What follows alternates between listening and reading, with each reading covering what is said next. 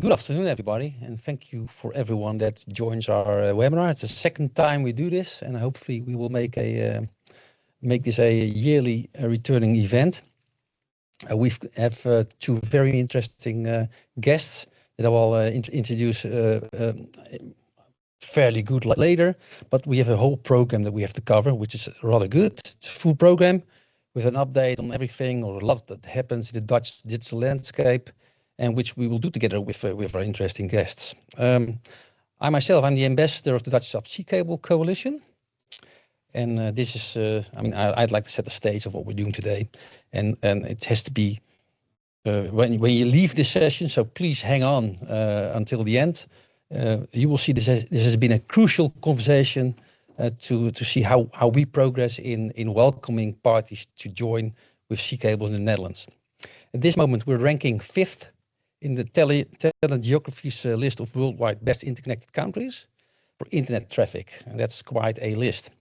And we are serving as a digital hub with a hinterland of 132 million eyeballs and 10 million businesses.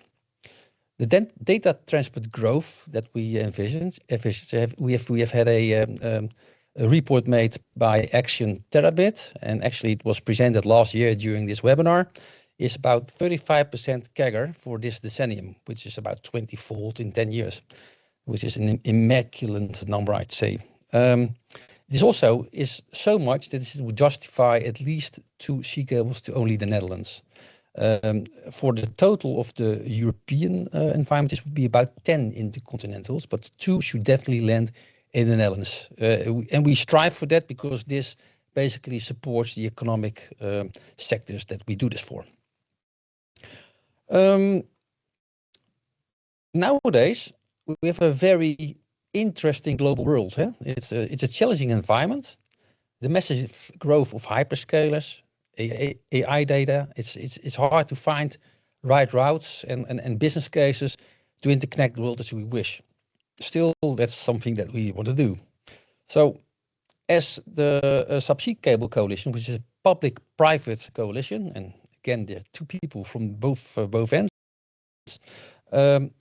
we like to present a red carpet to everyone that approaches the Netherlands whenever a question arises or whenever there's an idea to start up a consortium or do anything in the business of sea cables. And that largely comes together for big parts in project coordination, in the landscape of our wide variety of environmental crossings, which is pretty challenging. And the seabeds, there's a busy harbor, we have oil, gas, wind, and we have permits, a lot of permits. We have some background in working with parties and we have some case results. For instance, we have a party like 𝗪𝗯𝗓 that we've supported and assisted, and still do assist, to ease the path to Dutch subsea cable landing successes. So our question is quite simple. How do we continue to make sure the Netherlands provide that red carpet strategy for global connectivity? That is the main question for us. And to explore that, we will have a discussion later on. Prior to that, I'm going to welcome Pelagian. Pelagian is a research company, and Justin Hawkins, the general manager and head of Subsea Cable Consultancy, he will do a presentation, and that will be done. The main purpose of the program that he runs, it's a project for us basically, is see how the assets in our shores can be reused and how they can present it to parties that are interested in reusing this. I hope, Justin, that you're around, and I see a thumb up, so that means that you can come in anytime. Welcome. Thank you, 𝗟𝗲𝗂𝗧. I'm here. Yes, I'll switch my camera on so you can see my face. Yeah, I'm sitting here next to my brother Adam, who's also with Pelagian as well. Hi everyone. I hope you can see the presentation. 𝗟𝗲𝗧, thank you very much for the introduction and the invitation to give this presentation. About 10 or 15 minutes worth of looking at the area that we've been tasked for studying, which is in the Katwijk, Den Haag, Hoek van Holland and Maasvlakte area. My name's Justin Hawkins. I'm a managing consultant, hydrographic surveyor. I worked in the telecoms industry for 35 years, doing survey work and also cable route engineering. So my specialist area is in handling GIS data sets and doing route engineering and planning for future systems, and also supporting systems that are being surveyed and installed as well. The slide that we're going to show today is based on a report that we did for ECP, which includes the cable landing assessment. It's recently completed in September this year and summarizes some new landings that we're looking at in the southern part of the Netherlands, and looking at existing infrastructure and the potential for new cables coming into the Netherlands, but also the pros and cons of some of the routes and some of the risks and hazards that we would have to consider when new cables are being planned.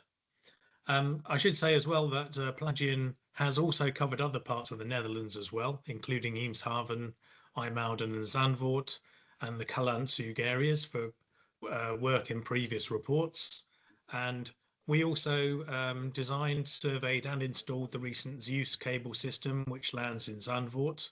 And we provide ongoing ops and maintenance support to that cable and also to other European cable systems as well. So this is a snapshot of the landings that we looked at. We were given a stretch of coastline to assess for new cable landing considerations effectively between Katwijk and Maasvlakte. And after looking at a lot of satellite imagery and data, we summarized 4 good quality landing positions for new cables. And each of these cable landings has good connectivity potential for the existing data centers and cable landing stations in the Netherlands, in South Netherlands. Also good proximity to Amsterdam and Rotterdam as well. This is a snapshot here of the grouping of data centers around the study area, from Katwijk in the north, where there's an existing cable landing station, the Den Haag area, and the area to the north of Rotterdam. A big concentration of data centers in quite a small area. The study area itself doesn't have any recent subsea telecom infrastructure, with the exception of Katwijk, which has the now out of service TAP14 cable. And so therefore, when looking at this area, this is almost a blank on the map, but it has been used for telecoms in the past, and is one of these areas which I think is a good opportunity for future expansion as well. So this is a snapshot here of the OceanIQ database. It shows existing cables and offshore wind farm activity in the study area. As I mentioned, there's no active cables landing in this particular zone, but you can see there in the top right corner, Katwijk, where the old out of service TAP14 cable lands. And you can also see where in the past the area has been used for coaxial cables, which probably predate the late 1980s. And also, of course, the allied industry of offshore wind farms, where they've been laying a lot of export power cables for connecting to the offshore wind farms in the Dutch sector. And not shown on this, but also of interest is a lot of oil and gas infrastructure as well, which we'll show in a bit more detail on some other charts. The OceanIQ database is a global database showing existing telecom and power cables, but it also now includes cables that are under construction as well. And this is something that's very useful to us as planners, because we can see where, when it's publicly available, where new systems are being planned and where their likely landing points are going to be. As it currently stands, there's nothing within the industry that's publicly known about that is planned for this area of the Netherlands, but I hope that this study might be the catalyst to change that view and lead to some systems being planned in this area. There are, of course, existing telecom cables in the Netherlands further north, around Zandvoort and IJmuiden, and all the way up to Eemshaven. We have the Concerto, Ulysses, and 𝗟RSI systems. These are all quite old systems now, probably installed in the late 1990s and nearing the end of their operational life. And then we have the newer systems, Zeus and Scylla, which were installed in the last few years.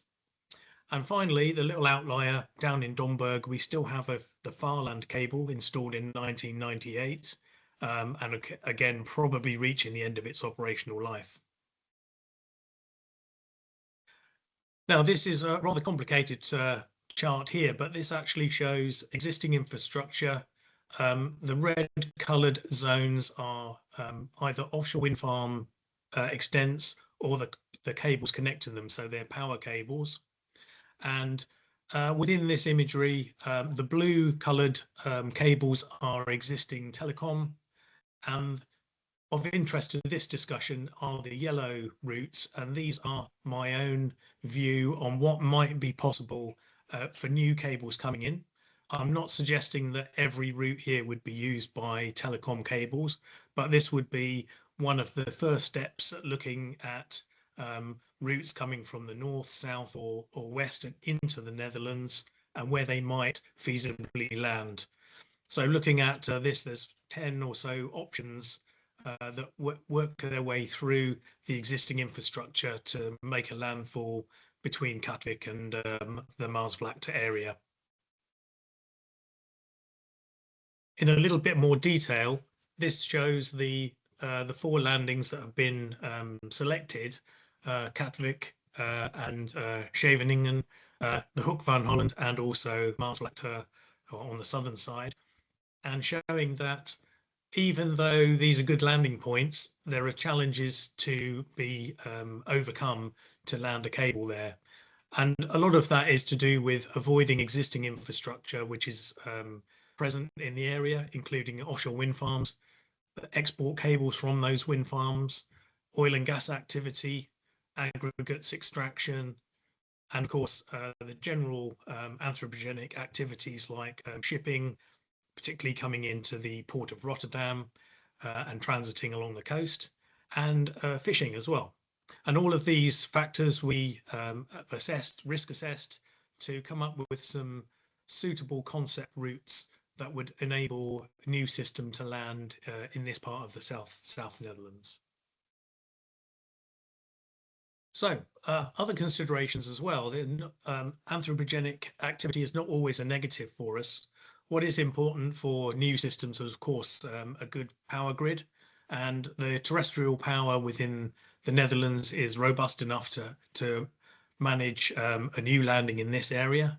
Good 3-phase power is available, and all the proposed landing points would have good access to the power, should you be building a cable landing station, or in some cases data centers and other connectivity onwards from the cable landing as you work through the terrestrial network.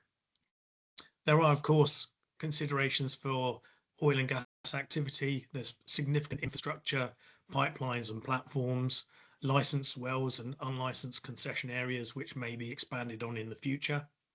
And the approach of corridors have been engineered to minimize interaction with these wherever possible. Offshore renewables is, of course, another area where there's a lot of marine activity, new wind farm areas being constructed. Again, the approach corridors are engineered to try and avoid these. And finally, not so easy to see in the data, but there are a considerable number of marine aggregates areas which are used from time to time and managed by Rijkswaterstaat. These again really require a route to be proposed to Rijkswaterstaat for them to assess the risks for future activities that they manage themselves. As I mentioned before, we look at the anthropogenic risks to new cable systems systems and their interaction with landing points. You can see here the red areas show intense shipping activity coming into the Rotterdam area, and also vessels transiting from Scheveningen, routes north, south, and west, all converging on these two areas. Amongst that, we have to accommodate our cable systems and bear in mind that shipping activity also involves anchorage areas and also high concentrations of ships in defined shipping lanes. Obviously, the petroleum industry and the offshore renewables activity involves craft moving around inside wind farms and visiting platforms and sending supplies and things like that as well. Fishing is one area where, of course, we need to understand the type of activity going on. We use AIS data to track the activities of trawlers. This one here shows Q1 2024, and it shows quite a large concentration of fishing activity offshore in deeper water. But you can also see that there is some areas along the coast which also has some high concentrations of activity.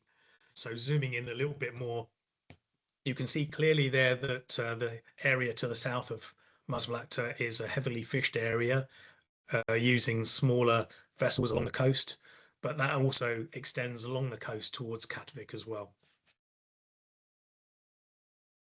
So going back to the overview chart, these routes, these concept routes in yellow are designed to provide access corridors into the various landing points. And they have all been assessed, at least to a certain degree, against the anthropogenic risks that are inherent in this area. Cable itself, of course, is subject to a number of risks throughout its life cycle, be that fishing or anchoring risk, and in some cases also natural hazards. Within the area of the Dutch sector, we can see in the bathymetry here sand waves, and that's a very mobile sediments with sand constantly moving under the influence of tide and currents. And this can actually cause problems with cables becoming exposed, reburied, exposed, reburied over a cycle, and of course exposing them to external risk. So this kind of analysis is aimed at minimizing the cable route passing through these kinds of areas and providing hopefully a robust route which provides a safe route for a cable which is going to be in situ for 25+ years. And I think that's my first part of the talk. I'm happy to take any questions. If anybody's interested in the specific landings themselves, of course, we can go into detail about each one as well, which is a few more slides, but I'll pause there and allow anyone to have some questions.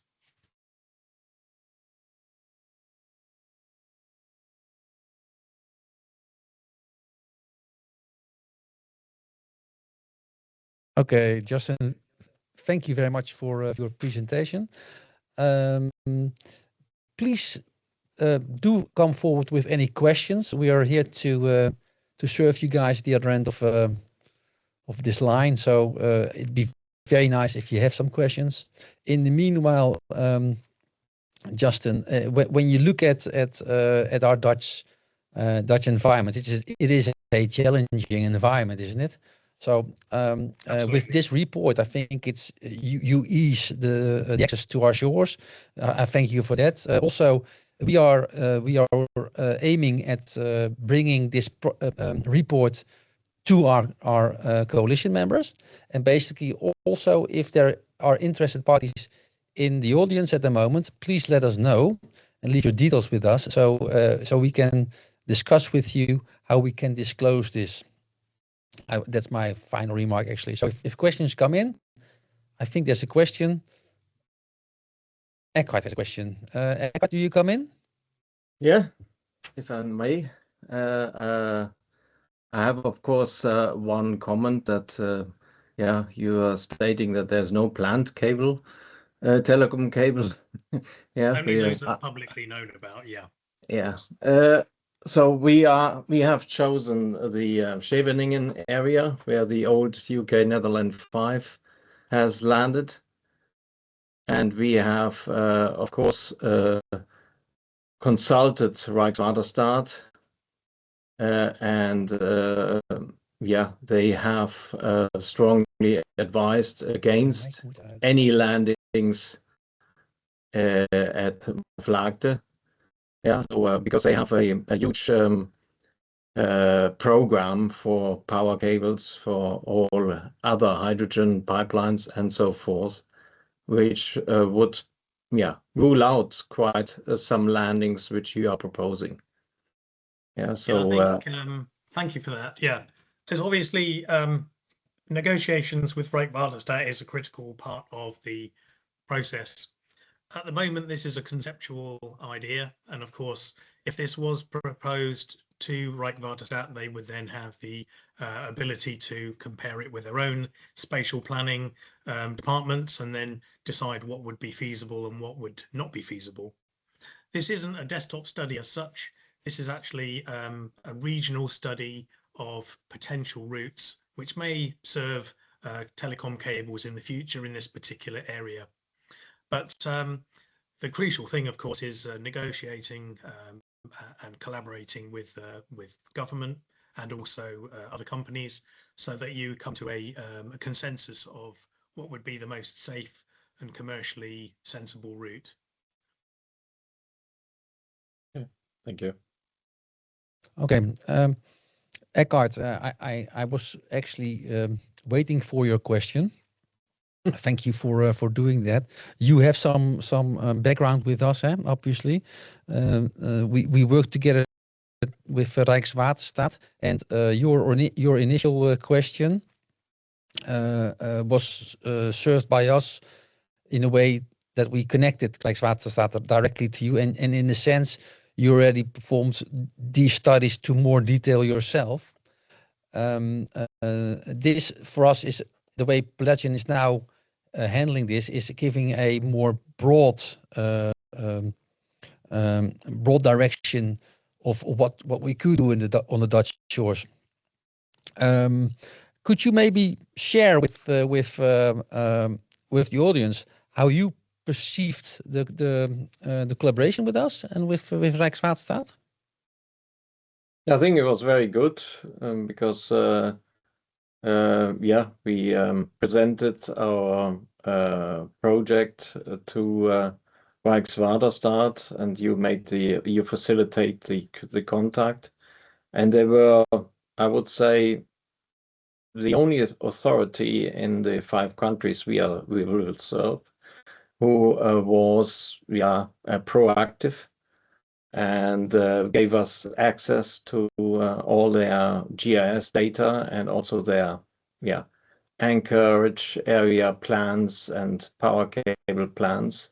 So we had over 6 months intensive talks and ruled out certain landings. In particular, we were of course interested in Hoek van Holland because that was our first choice. But that was categorically ruled out due to environmental reasons as well. And the coastline, or the coastal area of, let's say 2 kilometers, is a very sensitive area there, which they have a lot of concerns from the environmental people there.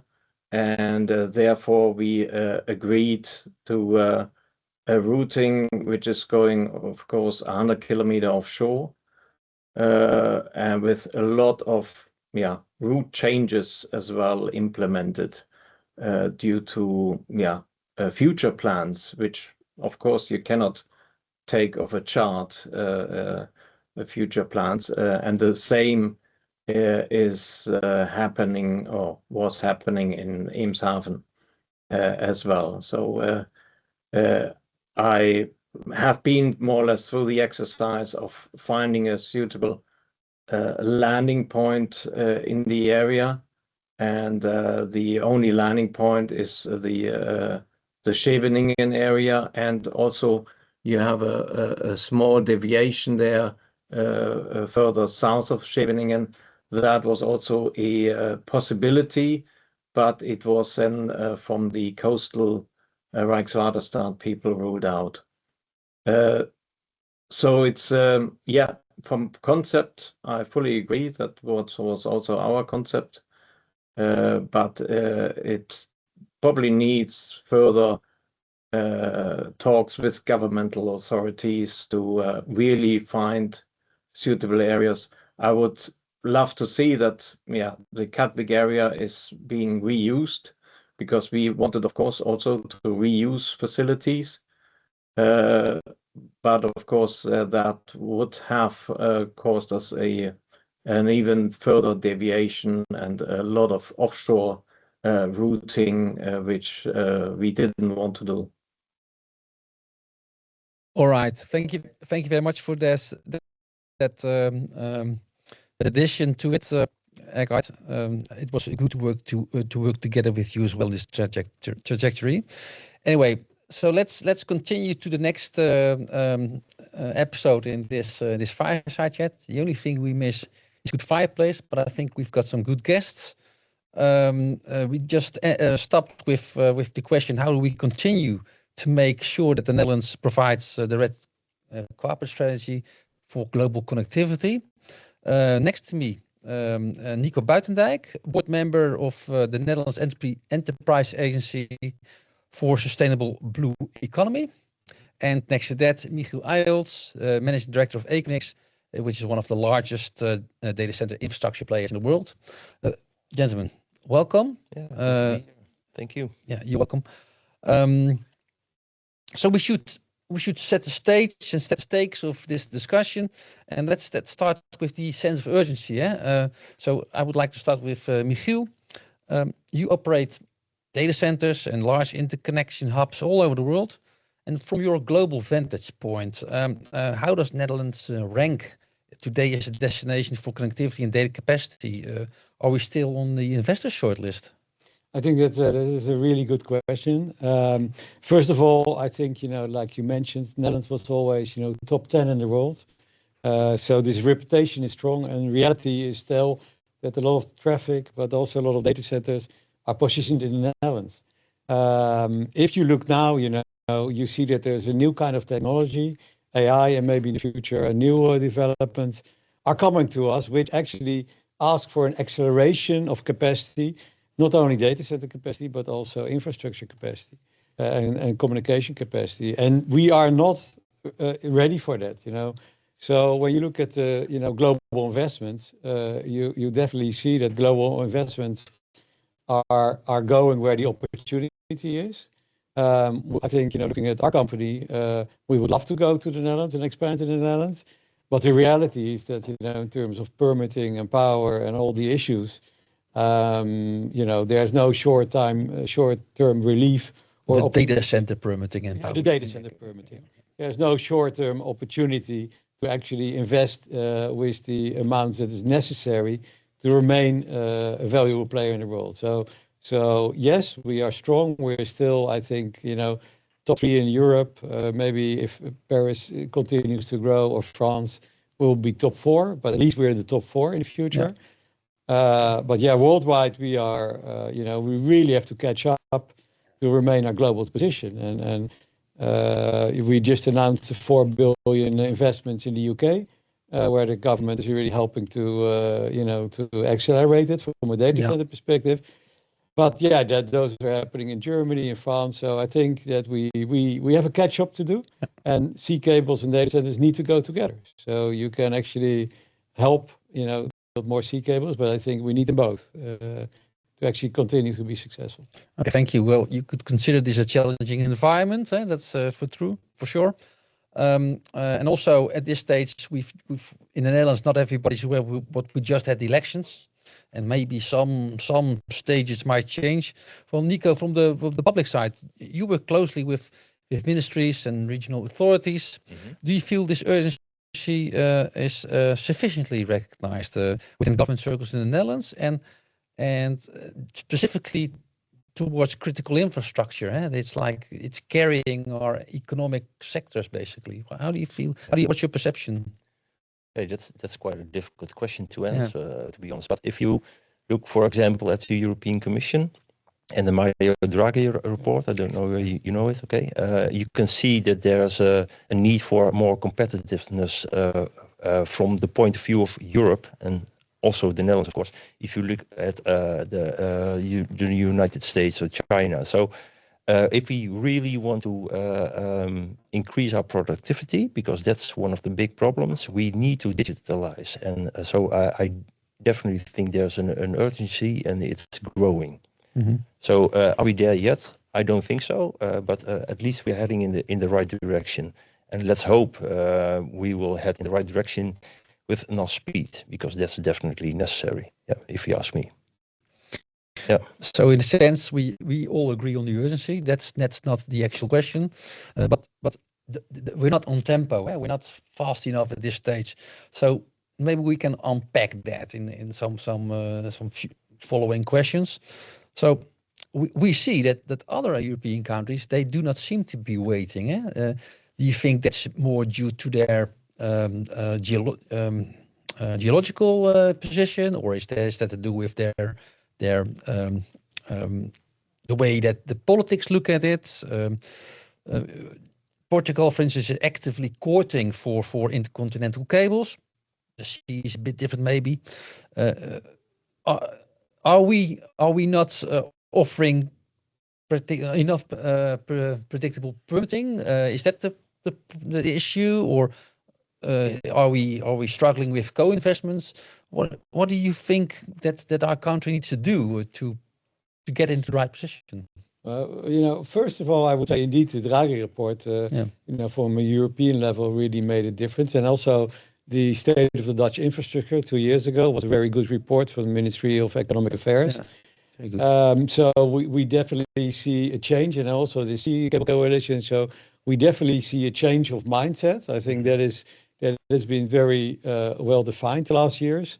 But the reality is that if you look at sea cables or whether you look at data centers, it takes time to build. And I think so from from a mindset of yes, we need it, we're almost there, but that we need to still turn that into real action. And I already like the fact that we're sitting here together and discussing the necessity. But now we have to kind of come to action and really have to do it, because otherwise it will be, just words, and words are not going to build sea cables or data centers. So what do you need? Predictability, neutrality, incentives? At least predictability. I think that's really important. And we just had elections, so let's hope that our government will be a stable one that can definitely provide also a sort of vision on how the economy of the future looks like. So I'm positive about that, to be honest. But that's not the only thing, I guess, that we need. Clarity, planning, environmental works. Now, one of the things, of course, is frameworks. Sorry. Permits, of course. I mean, a predictable permit process. Where you can rely on, and that makes your investment decision easier to make. So I think that's really important. And I don't know whether you want to elaborate on that right now, but we do have a one-stop it's okay shop to talk about it now. Yeah, we don't have a fixed agenda. Yeah, a one-stop shop to ensure that you can ask for a permit and that we communicate with the Netherlands Enterprise Agency for the people at home, maybe RVO, to ensure that the competent authorities will work together to ensure there will be a permit in a short period of time. Actually, I think that's a good add-on, because that basically says that we're not really striving for subsidy coming from the government, but that we're here to provide clarity on how the processes work, so it's predictable and we can lean on that. That's Spatial planning might be a little bit of an issue at the moment, but also there's been a very good paper being written and presented to our government on a very short, within very short timelines. The Wenning proposal, probably.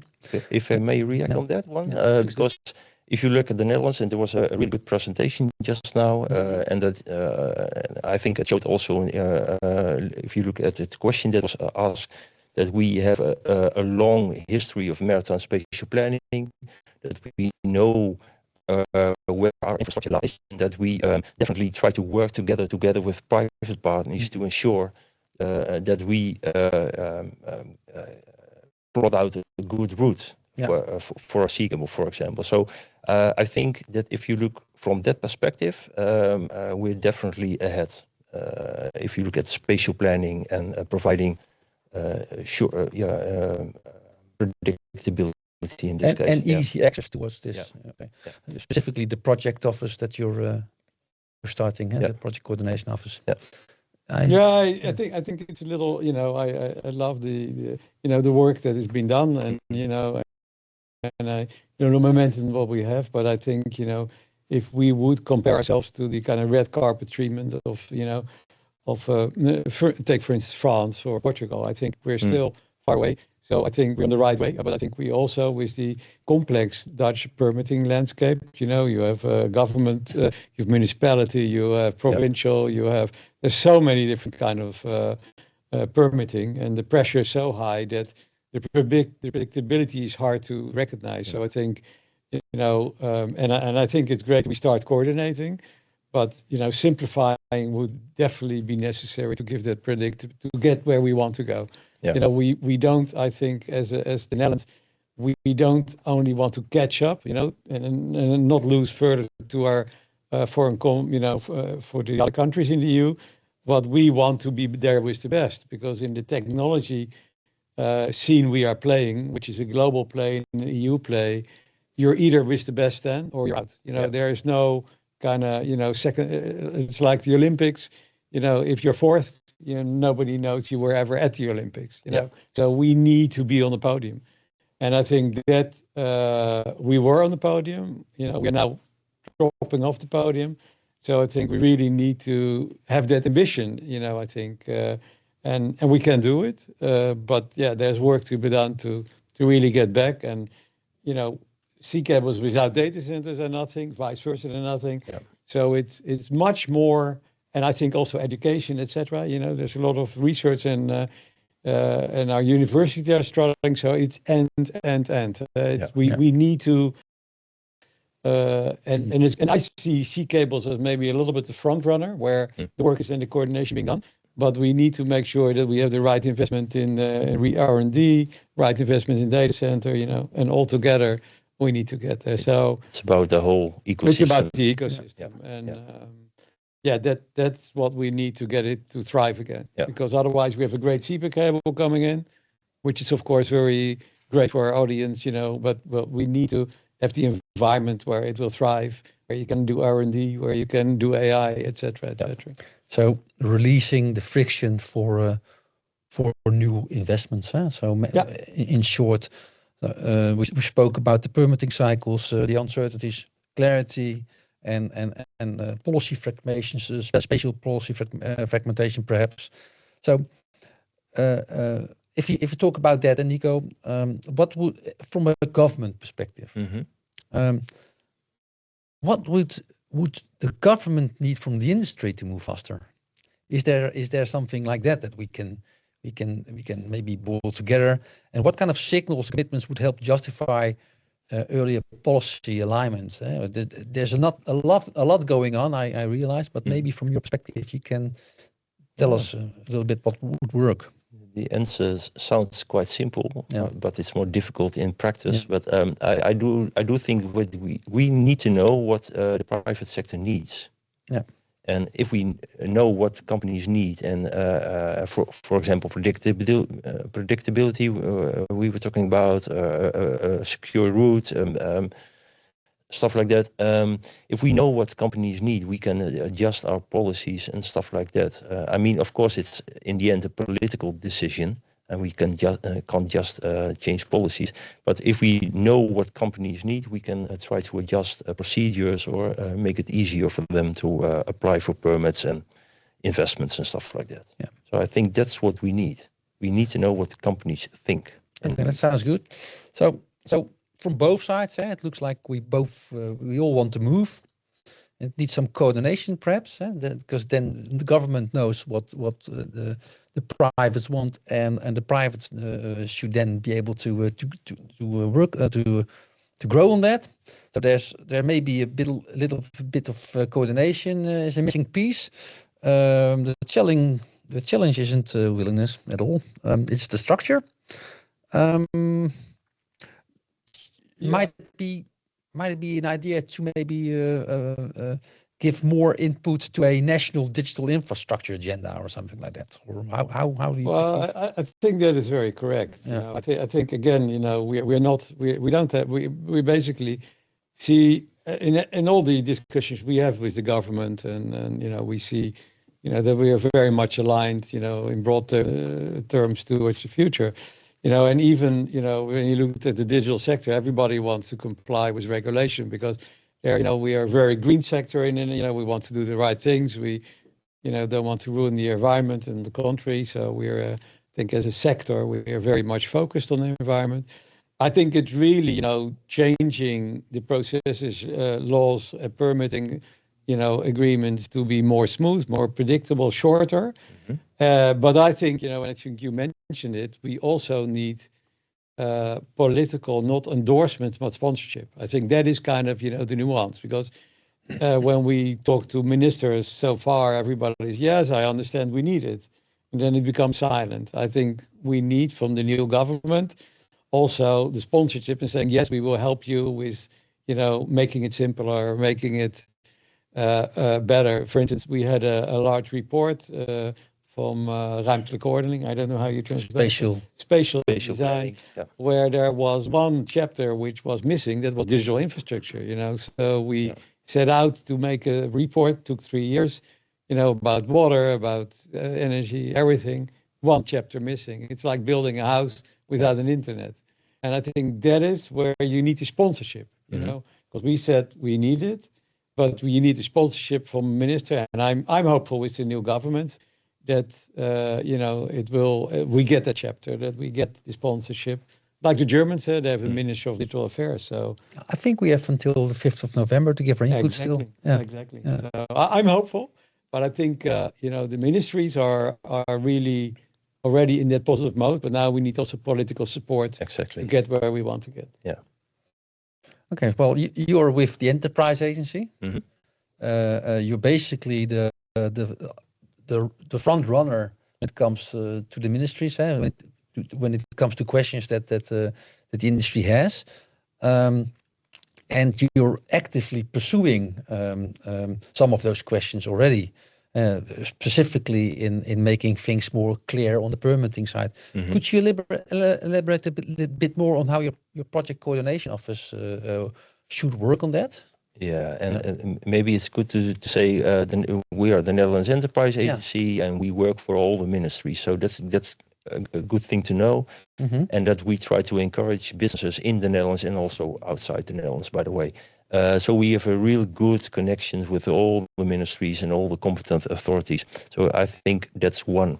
We have a really broad network, and I think what we also have, because we are working a lot with the government and companies, that we have a lot of knowledge on what can work and what can't work. No. So I think that's a start. And in this respect, we do have a one-stop shop now for permitting.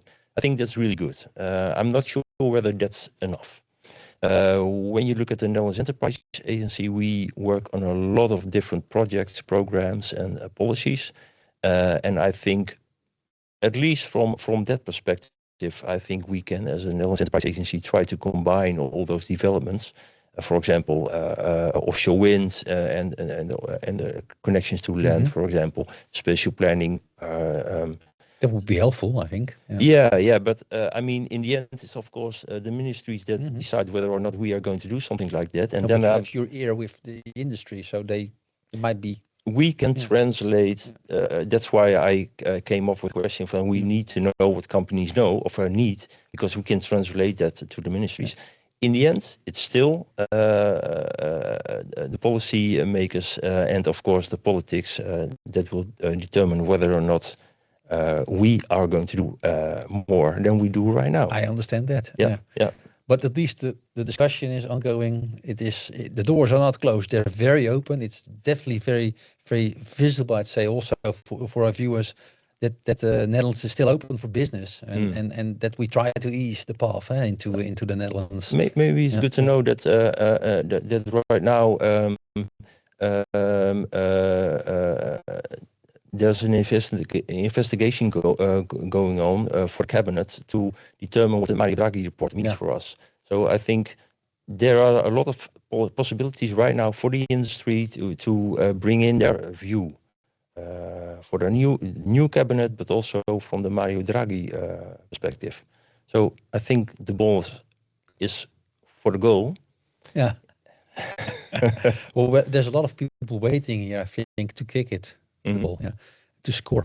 Okay, well, thank you. These are very good insights, and I think it's very good to see that collaboration is already happening. It's not something new. Otherwise, we wouldn't have this discussion. So, one last question to both of you. I think that's what it all boils down to. If we again 2 years from now, how will we know that the Netherlands have truly provided this red carpet? And what will have changed? What will we have achieved? What will be the best takeaway we could have in 2 years? I'm looking at you first. Yeah. For me is this core technology AI, which needs data, which needs communication, which needs data centers. I hope we can be there, with the best again in 2 years. And it's very ambitious to be there with 2 years. At this moment, a lot of, foreign investors and companies think, well, Netherlands is closed for business. Like you say, I think we're still open for business, but we have to fight to not have the door on a small way open, but on a big way open. So we really have to fight. And I hope in 2 years we'll be there and say, well, first of all, it was worth the fight. And second of all, we will be there with the best. And not like now, our research is being, done in Finland and Germany, and because we don't have the capacity ourselves anymore. That's the reality of today. And in 2 years, if we have our own kind of, AI again, I would be incredibly happy to be there. And we need the government, we need the private sector, we need the investments. I think it's all there. But like you said, we need to kick it in the goal. So, exactly. That needs to be done in 2 years. Yeah. At least some stuff we should score some goals. Nico? Yeah. So I really do hope that in 2 years' time we have a government that has a view on how our future economy looks like, because that's the basis, I think. And I think it's in digitalization and AI development in that. I mean, we missed the first wave, so to speak. I think a second wave is coming, and it's time for us in Europe and in the Netherlands to step in. Yeah. And so that's what I hope, that we are a big player again in that field. Yeah. There's a lot to develop. And we need digital bridges, like Dutch Subsea Cable Coalition says. It has to be new cables coming into our shores. We will ease that. We will make sure that we will continue to work together to strengthen that process. But we also know they won't build themselves, those digital bridges. Our red carpet will be rolled out further and further, so it should stretch to more countries than just our surroundings, but really coming from other continents. I think everybody should see that the collaboration on the industry side and the government side is alive and kicking in the Netherlands. Let's make sure that our next intercontinental cable is planned for on a very short basis. It's not just on the map, but it should be on top of the list. That's what would be my closing remark. Yeah. Thank you very much for joining this session. Some questions were sent in, but they were sent prior to the session. I would encourage anyone to still to send in their questions. In the meanwhile, I will revert back to a set of questions that were sent previously. And now I have to do something very interesting here. I need my glasses for it. And my finger, my thumb. Recognizable. There it goes. This is always very challenging. And there was Mr. Jerry Brown. Jerry, maybe it's even possible to get you on the mic if you're there, because you did make some very broad remarks on subsea cables, and I'm pretty sure that the questions or the stuff that you sent in, you know the questions yourself, you know the answers yourself. And I just heard that he's not in anymore. Anyways, might not be such a good idea to discuss this without him being present. Let me see if I can find where I left it. Kun je mij mijn telefoon even aangeven? Op mijn map. Ja. Just a second, I have the questions here. That should be there. Bear with me for a second, please.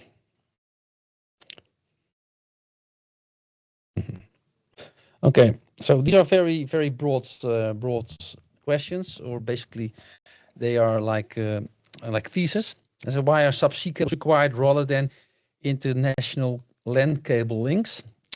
Sea cable asset protection costs and lead times for repairs versus land links. You can imagine why he says that. High capacity subsea cables are usually linked to data centers. Now AI data. The electrical supply availability is something that we need to discuss constantly. The commercial cable life versus new technology disrupts the timelines almost, because that's basically what he states. And then, despite the challenging questions that he has, he still believes subsea cables offer much more embedded security and fast implementations and delivery speeds than any other technology. So, and that's basically one that I hear quite often. I was at Capacity last week, and there was a party, very, very well respected international connectivity party called 𝗏𝗏, and they supply a lot of connectivity from Europe to Asia, and they predominantly use terrestrial lines. Their idea is that the routes are shorter. The mean time to repair is shorter, 4 hours to 8 hours. That's a bit different from what happens in the Red Sea at the moment. And that also, if a technology upgrade needs to be done, it's done easier. Now, we could argue for that. That's the case. However, the use case for terrestrial connectivity is really very, very different compared to the large data transfer capacity that you need to live up with subsea cable systems. So it cannot be compared. It also cannot be compared with satellite systems. Satellite systems are very specifically the constellations and the combinations of GEO, MEO, and LEO satellites. Project Kuiper, Starlink, they're really big environments. Still, all those environments, they need land stations. You know of that, I think. You actually operate one, I guess, huh? Yeah, we operate one, and I've been operating one in Africa to Europe for 4 years, a sea cable system. You know, I think one of the question behind this is, you know, how does the digital infrastructure works? And I think, you know, one of the key elements is that in the digital infrastructure is complex, and it's a lot of different parties with different use cases, which all together make that digital infrastructure. So, you know, people are always asking, you know, why not a satellite? Why not this? Why a landline? Why a sea cable? They all work together in conjunction, you know, and everything has its own use case, has its own purpose. You know, one is latency driven, otherwise capacity driven, otherwise it's pricing driven, otherwise it's location, you know, where are the eyeballs? So in the end, you need all the parts of the puzzle. We always talk about ecosystem, you know, but the ecosystem is correct. It's true. And, you know, operating in Africa for the last 4 years, you see big anomalies in those ecosystems. And therefore, it is really, you start to understand how hard it is to build up. Because if you miss one part of the ecosystem, you can have a big sea cable coming in, but if you have no landline distribution, it doesn't work. If you don't have a cable system, it doesn't work. So in those environments, you start to realize how tough it is to build up that full ecosystem. And we're so blessed here that we have that full ecosystem. The flip side is we have to nurture all elements of the ecosystem, because that's the only way we will grow. But it is, the question was great, but the answer is it's an ecosystem, and we have to nurture the full ecosystem. Okay. Yeah. I don't know if any other questions are coming in at the moment. No. Well, then I think we're about to wrap up. I think your answer, babe. I love your answer, by the way. I think it's been a great fireside chat. Next time, this has been a real improvement to last year, by the way. But next time, there definitely will be a fireside picture, at least here. So everybody that has joined us for the webinar, thank you very much for joining. Justin, thank you very much for your presentation. It's been really helpful.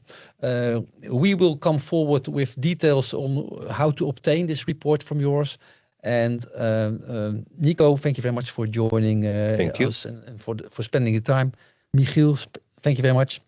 I would like to say goodbye, everyone, and hopefully to next year, and way earlier, way faster on all the exhibitions where we meet. Bye-bye. Thank you, Martin. Thank you. Bye-bye. Bye-bye. Thank you. Thank you. You're welcome.